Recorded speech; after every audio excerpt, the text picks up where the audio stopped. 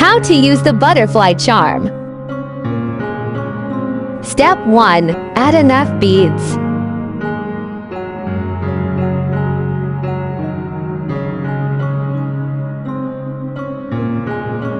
Step 2. Get the top of the string go through one of the connecting holes.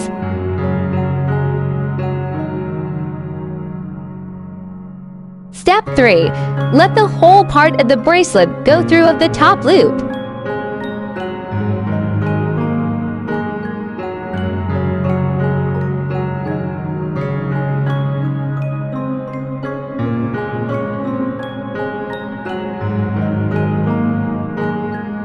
Step 4. Get end part of the string through another connecting hole.